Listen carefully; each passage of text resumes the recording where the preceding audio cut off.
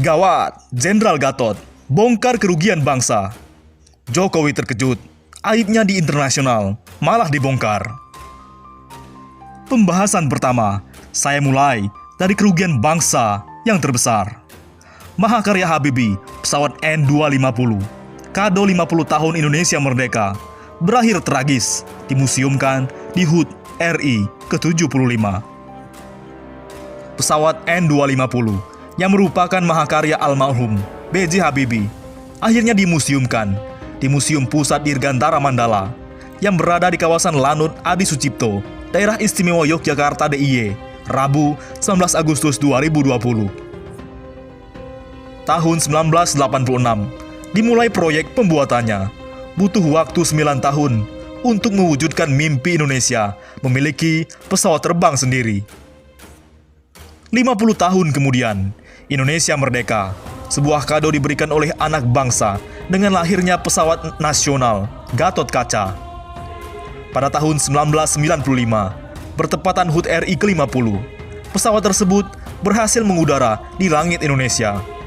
Rasa bangga begitu dirasakan atas keberhasilan tersebut.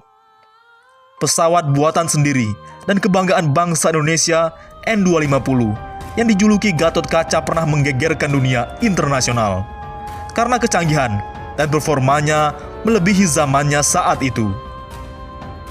Ujar Kadispen TNI AU, Marsma Fajar Ardianto kepada wartawan Rabu 19 Agustus. N250 sempat tampil dan menjadi idola di beberapa international air show, salah satunya di Le Bourget, Paris Air Show 1997. Pesawat N250 merupakan mahakarya B.J. Habibie yang didedikasikan untuk negara. Melalui kejeniusannya, dia berhasil membuktikan bahwa anak bangsa mampu memproduksi pesawat di tengah keterbatasan yang ada. Semua negara dunia melihat kehebatan serta kecanggihannya. Apalagi, kala itu pesawat karya anak bangsa ini menggunakan teknologi paling canggih, yakni fly-by-wire. Fly-by-wire atau FBW merupakan sebuah sistem kendali yang menggunakan sinyal elektronik dalam memberikan perintah kendali pesawat. Teknologi ini ditemukan oleh Presiden ketiga Indonesia, B.J. Habibie. Mulai ada pesanan masuk dari negara luar. Tapi sayangnya, terjadi krisis moneter tahun 1998. Saat krisis ekonomi 1998 melanda, N250 dihentikan produksinya. Setelah IMF meminta IPTN ditutup karena dianggap memberatkan ekonomi. Gatot Kaca pun dirumahkan, tidak boleh terbang. Pupus sudah harapan bangsa Indonesia memiliki pesawat produksi dalam negeri. N250 Gatot Kaca teronggok di hanggar tanpa tahu kapan akan memulai lagi. 5 presiden pengganti setelah Soeharto, tidak ada yang melirik N250 yang berselimut debu. Mereka biarkan N250 teronggok mati menjadi bangkai. Padahal, N250 dibangun dengan uang negara. Sudah seharusnya proyek ini dilanjutkan karena telah separuh jalan. Entah apa yang ada di kepala para pemimpin negara setelah era Soeharto dan Habibie. Kemarin, tepat 25 tahun usia N250 Gatot Kaca. Pesawat ini harus dipindahkan dari hanggar PT DI IPTN, Bandung, menuju Museum Dirgantara Mandala di Yogyakarta. Sesuatu yang dimuseumkan, artinya sesuatu yang tidak bisa dikembangkan lagi dan dijadikan sejarah. Dulu pada ulang tahun ke-50, Indonesia merdeka.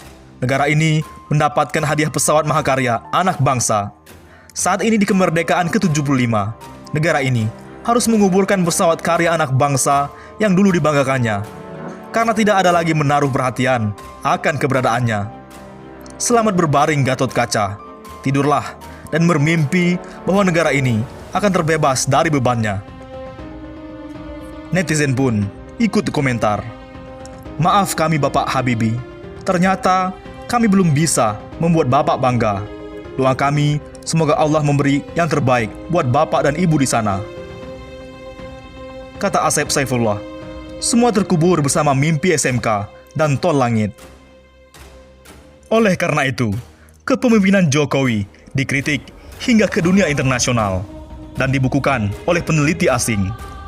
Presiden Jokowi dikritik habis dalam buku biografi karya peneliti Lowy Institute Benjamin Ben Bland.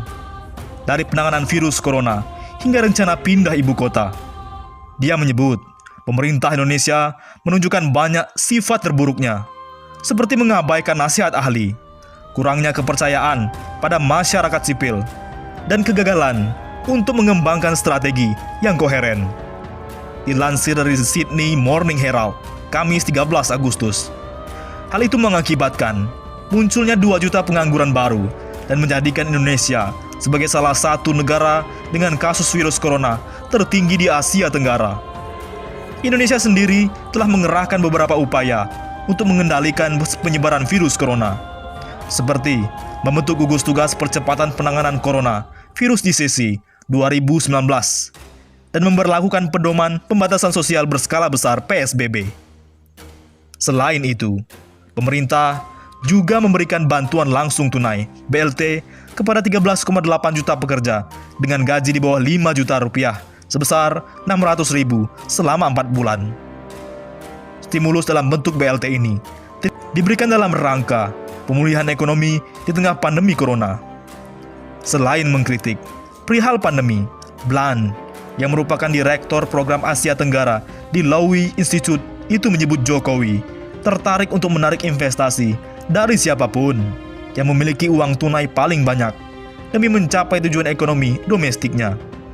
Salah satunya adalah Cina yang sedang membangun jalan, jembatan, pembangkit listrik, dan pelabuhan di seluruh Indonesia selain jalur rel Jakarta-Bandung.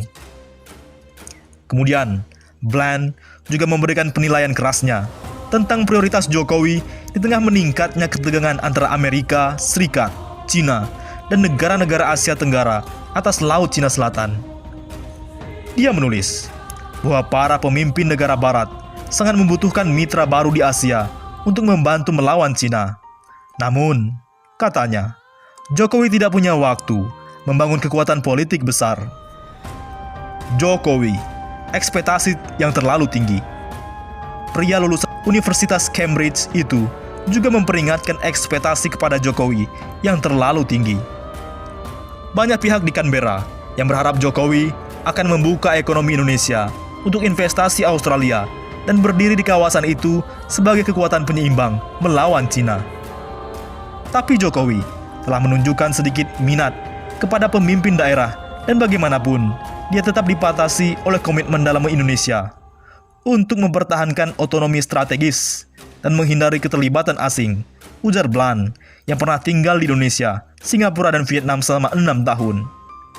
Bland juga menyebut rencana Jokowi perihal ibu kota baru di Pulau Kalimantan menjadi bukti sifatnya yang aneh dan gaya pemerintahannya yang tidak terorganisir.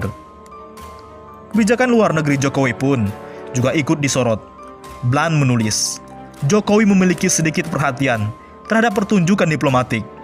Dalam 5 tahun pertamanya, Jokowi tidak menghadiri satupun sidang umum PBB.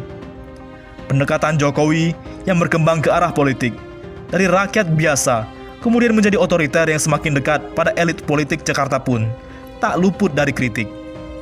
Bland sendiri adalah mantan koresponden asing di Jakarta, Hong Kong, dan Hanoi untuk media Financial Times. Dia menulis biografi pertama Jokowi dalam bahasa Inggris yang berjudul Man of Contradiction, Joko Widodo and the Struggle to Remake Indonesia.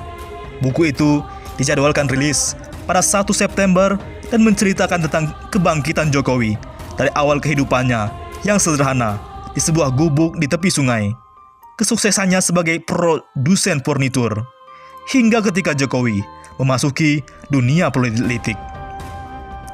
Bland telah mewawancarai Jokowi lebih dari belasan kali sejak menjabat sebagai wali kota Solo, ketika menjadi gubernur Jakarta, dan sebagai presiden dari 2014. Hingga berita ini dipublikasikan, staf khusus Presiden Joko Widodo untuk bidang komunikasi dan sosial Fadzlur Rahman tidak segera bisa menjawab pertanyaan cnnindonesia.com terkait tanggapan Istana Negara atas kritik tersebut. Bagaimana menurut pendapat Anda?